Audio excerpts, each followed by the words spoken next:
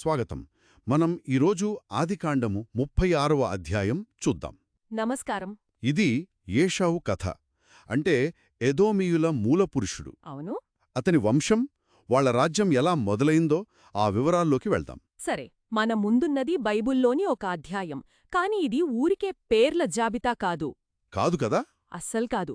ఇందులో ఒక జాతి ఎలా పుట్టింది, వాళ్ల నాయకులు, చివరికి రాజుల వరకు ఎలా వెళ్లారు అనే చరిత్ర అంతా ఉంది. నిజమే. ఇది యాకోబు సహోదరుడు ఏశావు గురించి. సాధారణంగా ఆదికాండంలో యాకోబు సంతతి గురించే ఎక్కువ ఉంటుంది. అవును. కాని ఈ యొక్క అధ్యాయం మొత్తం ఏశావుకే కేటాయించారు. ఆహా, అది గమనించాల్సిన విషయం. ఇంకా ముఖ్యమైనదేంటంటే ఇశ్రాయేలీలకు ఇంకా రాజులు లేరు. అవును, సౌలు రాజు కాలేదింకా. కాని అంతకంటే ముందే ఎదోములో రాజులున్నారనిక్కడ చాలా స్పష్టంగా ఉంది. అసలు ఈ వివరాలు ఎందుకిచ్చారు? దీని వెనుక ఉన్న కథేంటి? ఆ ప్రశ్నలతోనే మొదలు పెడదాం. సరే, ఏశావు కుటుంబ నేపథ్యం అంటే కనాను దేశంలో ఉన్నప్పుడు అతని భార్యలు. 3 భార్యలు. హిత్తీయురాలు ఆదా. ఓ. ఇంకో భార్య హివ్వీయుల వంశానికి చెందిన అహోలీబామా. మూడో భార్య ఇష్మాయేలు కుమార్తె బాషమతు. ఈ పెళ్లిళ్లు గమనించాలి. ఇవి మామూలు బంధాలు కావు అప్పట్లో. అంటే రాజకీయ సంబంధాలా? ఖచ్చితంగా. హిత్తీయులు, హివ్వీయులు, ఇష్మాయేలీలు వీళ్లంతా ఆ ప్రాంతంలో బలమైనవాళ్లు. అవును. అంటే ఈ పెళ్లిళ్ల ద్వారా ఏశావు కనానులోని ముఖ్యమైన వంశాలతో సంబంధాలు పెట్టుకున్నాడనమాట. అంటే కనాను వదిలి వెళ్లకముందే అతనికి మంచి పలుకుబడి ఉంది. సరిగ్గా అంతే. సరే, కనానులో అతనికి కుమారులు పుట్టారు. ఆదాకు ఎలీఫజు. అవును. బాషమతుకు రఘుయేలు. అహోలీబామాకు యూషు, యాలాము, కోరహు. సరే. కాని తర్వాతేమైంది? ఏశావు తన వాళ్లందర్నీ తీసుకుని యాకోబు దగ్గర్నుంచి వేరే చోటికి వెళ్ళిపోయాడు. ఎందుకు? ఆస్తి అంతా తీసుకుని. దానికి కారణం వాళ్ల సంపద. ఇద్దరిది. అంటే వాళ్ల ఆస్తి బాగా పెరిగిపోయిందా? అవును, విపరీతంగా. ఆదికాండము 36వ అధ్యాయం 7వ వచనం చూడండి. అక్కడ స్పష్టంగా ఉంది. వారి సంపద ఎంతగా పెరిగిపోయిందంటే వారు కలిసి నివసించడానికి ఆ ప్రదేశం సరిపోలేదు. ఓహో. వారి పశువులు అధికంగా ఉండటం వల్ల వారు నివసిస్తున్న భూమి వారిని పోషించలేకపోయింది. అలాగా? అంటే స్థలం సరిపోలేదు. ఇది ఆ కాలంలో పశువులు మేపుకునే సమాజాల్లో మామూలే. నిజమే. పచ్చిక బయళ్ళు, నీళ్లు ఇవి తక్కువగా ఉంటాయి. పశువులు పెరిగితే అన్నదమ్ములైనా విడిపోక తప్పదు. సరే, అర్థమైంది. కాబట్టి ఏశావు షెయీరు మన్యంలో స్థిరపడ్డాడు. అవును. షెయీరు ప్రాంతం అంటే యొర్దానుకు తూర్పున మృత సముద్రానికి దక్షిణంగా ఉన్న కొండ ప్రాంతం. అక్కడే అతనికి ఎదోము అనే పేరు వచ్చింది. అతని సంతతి ఏమో ఎదోమీయులయ్యారు. సరిగ్గా వచనం 8 అదే చెప్తోంది. సరే, ఇప్పుడు షేయూర్లో స్థిరపడ్డాక ఏశావు సంతతి ఎలా పెరిగింది? నాయకులెలా అయ్యారు? ఏశావు కొడుకుల్లో ముఖ్యులు ఇద్దరు, ఎలీఫజు, రఘువేలు. వీరి ద్వారా వంశం బాగా పెరిగింది. ఎలీఫజుకు తేమాను, ఓమారు, సెపో, గాతాము, కనజు ఇలా కొడుకులు. అయితే ఎలీఫజుకు ఇంకో భార్య ఉంది. అంటే ఉపపత్ని తిమ్నా. ఓ. ఆమె ద్వారా పుట్టిన కొడుకు పేరు మనం ముఖ్యంగా గమనించాలి. అమాలేకు. ఈ పేరు తర్వాత చాలాసార్లు వస్తుంది కదా బైబిల్లో? చాలాసార్లు. కీలకమైన పేరు. అవును. నిర్గమకాండము నుంచి చూస్తే ఇజ్రాయేలీల చరిత్రలో అమాలేకీలు వాళ్లకు బద్ధశత్రువులు. నిజమే. ఆ జాతికి మూలం ఇక్కడే ఉందన్నమాట. ఏషాము మనుముడైన అమాలేకు అని ఈ వంశావళి చెబుతోంది. అంటే భవిష్యత్తులో జరిగే గొడవలకొక నేపథ్యం ఇస్తున్నారెక్కడ? అవును, ఒక చారిత్రక నేపథ్యమన్నమాట. అలాగే ఏశావు రెండో కొడుకు రఘువేలుకు 4 కొడుకులు. నహుతు, జరహు, షమ్మా, మిజ్జా. మూడో భార్య అహోలీబామాకు 3 కొడుకులు. యూషు, యాలాము, కోరహు. అయితే ఈ సంతతి కేవలం కుటుంబాలుగానే ఆగిపోలేదు. లేదు. వాళ్లు నాయకత్వాలుగా ఎదిగారు. నాయకులు అని రాసి ఉంది. కొన్ని ఇంగ్లీష్ అనువాదాల్లో చీఫ్స్ లేదా డ్యూక్స్ అనుంది. అవును, ఆ నాయకులు అనే పదం ముఖ్యం. బహుశా ఇది తెగలకు, క్లాన్స్ లేదా పెద్ద కుటుంబ సమూహాలకు అధిపతులను సూచిస్తుందేమో. అంటే ఏశావు సంతతి కేవలం జనాభాపరంగానే కాదు, సామాజికంగా, రాజకీయంగా కూడా ఒక వ్యవస్థలాగా ఏర్పడడం మొదలైంది అని చూపిస్తుంది. రాజ్యం ఏర్పడటానికి ముందు దశలాంటిదా? అలాంటిదే. ఎలీఫజు సంతతి నుంచి తేమాను నాయకుడు, ఓమారు నాయకుడు, అమాలేకు నాయకుడు ఇలా చాలామంది. రఘుయేలు, అహోలీబామా సంతతుల నుంచి కూడా నాయకులు వచ్చారు. అవును, అందరి పేర్లు ఉన్నాయి. వచనాలు 15-19. అయితే ఏశావు శేయీరుకు వచ్చినప్పుడు ఆ ప్రాంతం ఖాళీగా లేదు గదా? లేదు, అస్సలు లేదు. అది చాలా ముఖ్యమైన పాయింట్. అక్కడ అప్పటికే వేరేవాళ్లున్నారు. హోరీయులు. సరిగ్గా చెప్పారు. ఏషావు వంశం శూన్యంలోకి రాలేదు. వాళ్ళు అప్పటికే అక్కడ నివసిస్తున్న హోరీయుల మధ్యకు వచ్చారు. ఆదికాండంలో హోరీయుల గురించి కూడా వివరాలున్నాయా? ఉన్నాయి. హోయీయుల నాయకుడు షేయీరు, అతని కుమారుల పేర్లు లోతాను, షోబాలు, సిబ్యోను, అనా. ఇలా వాళ్ల సంతతి గురించి కూడా ఉందా? ఉంది. వచనాలు 20-28 వరకు వాళ్ల గురించే. హోరీయుల వంశావళి కూడా వివరంగానే ఉంది. లోతాను కొడుకులు, శోబాలు కొడుకులు. అవును. ఇక్కడో చిన్న విషయం. సిబ్యోను కొడుకు అనా తన తండ్రి గాడిదలను మేపుతూ అరణ్యంలో ఉష్ణధారలు కనుగొన్నాడని ఉంది. ఆ ఉష్ణధారలు అనే పదం అంటే హీబ్రూలో యమీం అని ఉంటుంది. ఓ దాని అర్థంపై కొంచెం చర్చ ఉంది. కొందరు వేడినీటి బుగ్గలు అంటారు, కొందరు అడవి గాడిదలు అంటారు, ఇంకొందరు కంచరగాడిదలు మ్యూల్స్ అంటారు. ఏదైతేనేం ఆ కాలంలోని ఒక చిన్న సంఘటనను ఇలా రాయడం ఆసక్తికరంగా ఉంది. నిజమే. ఇలాంటి చిన్న వివరాలు ఆ కాలపు వాతావరణం, జీవితం గురించి చిన్న చిన్న ఆధారాలిస్తాయి. హోరీయుల వంశావళి రాయడం ద్వారా ఏం చెప్పాలనుకుంటున్నారు? రచయిత ఎదోమీయులు ఒంటరి కాదని, వాళ్లు అక్కడ ఉన్న స్థానిక ప్రజలతో కలిసి జీవించారని లేదా వాళ్లపై అధికారం చెలాయించారని సూచిస్తున్నాడు. హోరీయులు కూడా నాయకులున్నారా? ఉన్నారు. వాళ్ల జాబితా కూడా ఉంది.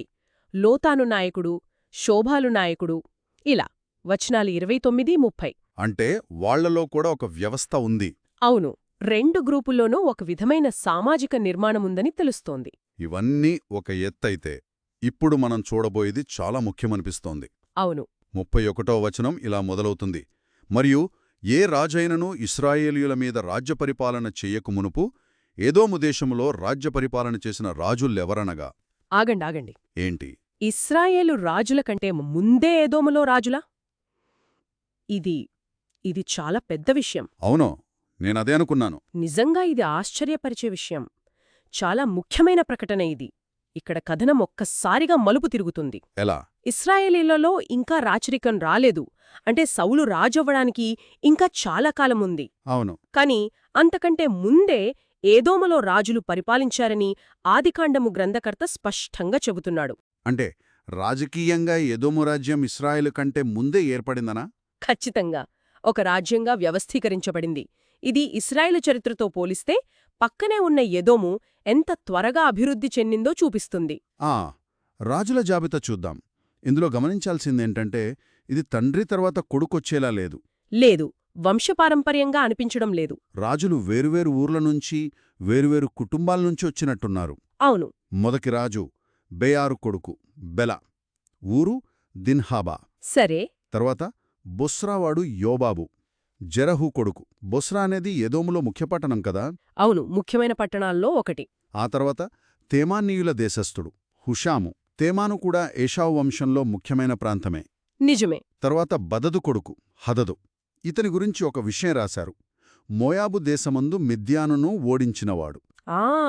ఇది చాలా ముఖ్యం, ఈ సైనిక విజయం ప్రస్తావన. ఎందుకు? ఇది కేవలం పేర్ల జాబితా కాదని నిజమైన చారిత్రక సంఘటనల జ్ఞాపకాలు కూడా ఇందులో ఉన్నాయని తెలుస్తోంది. మోయాబు, మిద్యాను కూడా ఆ చుట్టుపక్కలున్న ఇతర జాతులు. వాళ్లపై హదదు గెలవడమంటే ఏదోం అప్పటికే ఒక ప్రాంతీయ శక్తిగా ఎదుగుతోందని అర్థం. వాళ్ల ప్రభావం పెరుగుతోందని సూచిస్తుంది. అవును. హదదు తరువాత మష్రేకవాడు షమ్లా. సరే. ఆ తరువాత నదీతీరమందలి రెహేబోతువాడు షావూలు. ఈ నది అంటే యూఫ్రటీసా లేక ఇంకేదైనా స్థానిక నదా?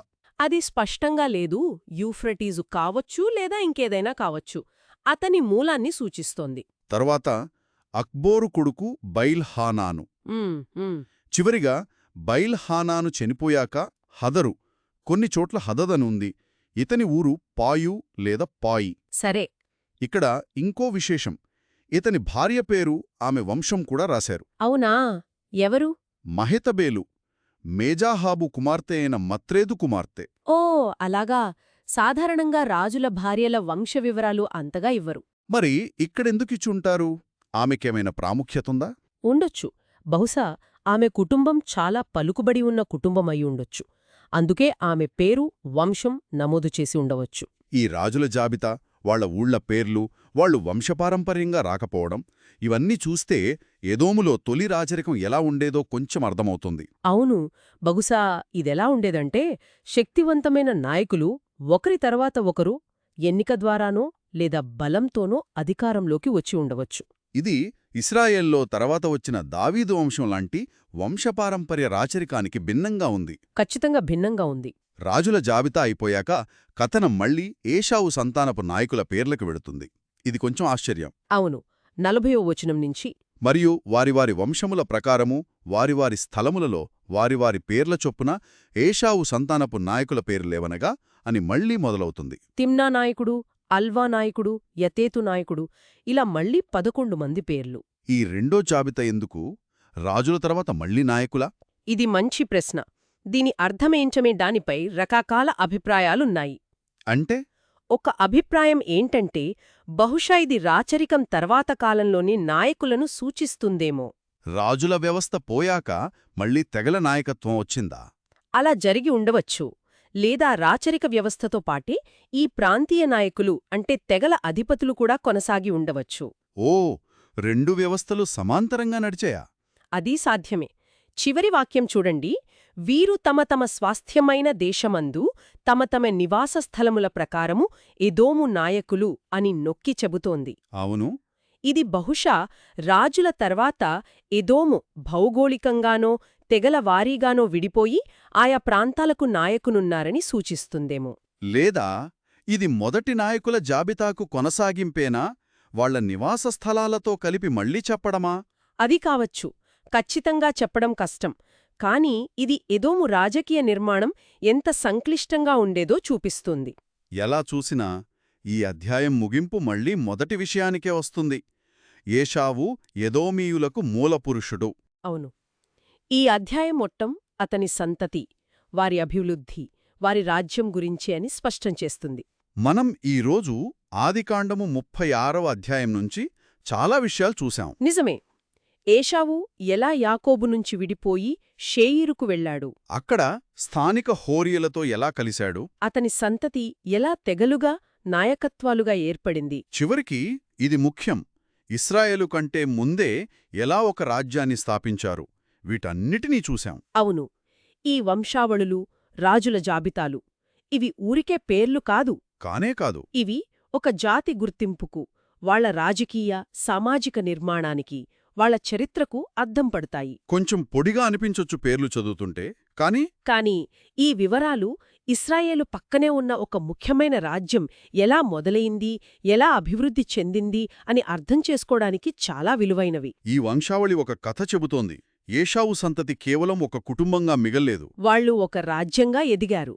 నాయకులు, రాజులు ఇస్రాయేలు కంటే ముందే వ్యవస్థీకృతమయ్యారు. చివరగా ఒక ప్రశ్న, ఆలోచింపజేసే ప్రశ్న. అడగండి. ఆదికాండము ముఖ్యంగా ఇస్రాయేలు వంశ చరిత్రే కదా చెప్తుంది. అవును, ప్రధానంగా. మరి అలాంటప్పుడు ఇస్రాయేలీలకు రాజులు రాకముందే ఎదోములో రాజులున్నారని ఇంత వివరంగా చెబుతూ ఏసావు వంశానికి, రాజ్యానికి ఇంత ప్రాధాన్యత ఇచ్చి ఒక పూర్తి అధ్యాయాన్ని ఎందుకు కేటాయించినట్టు? ఇది నిజంగా లోతుగా ఆలోచించాల్సిన విషయం. ఎందుకంటారు? ఈ ప్రాధాన్యత, ఈ క్రమం, ఇవి ఎదోముకు ఇస్రాయేలుకు మధ్య ఉన్న సంబంధం గురించి ఏం చెప్తున్నాయి? వాళ్ల మధ్య తరచుగా గొడవలు జరిగేవి కదా. అవును, చరిత్రలో చాలాసార్లు. మరి యాకోబు సంతతికి దేవుడిచ్చిన వాగ్దానాలున్నాయి. కానీ వాళ్లకంటే ముందే ఏషావు సంతతి లౌకికంగా ఒక రాజ్యాన్ని ఏర్పాటు చేసుకుంది. దీని చూపించడం ద్వారా రచయిత ఏదైనా సందేశమిస్తున్నారా? అంటే లౌకిక విజయం వేరు, దైవిక వాగ్దానం వేరా అని? ఏమో, లేదా కేవలం ఇదొక చారిత్రక వాస్తవాన్ని నమోదు చేయడమేనా, ఏ ఉద్దేశ్యం లేకుండా? ఈ ప్రశ్నలు ఈ అధ్యాయాన్ని ఇంకాస్త లోతుగా ఆలోచించేలా చేస్తాయి. ఖచ్చితంగా.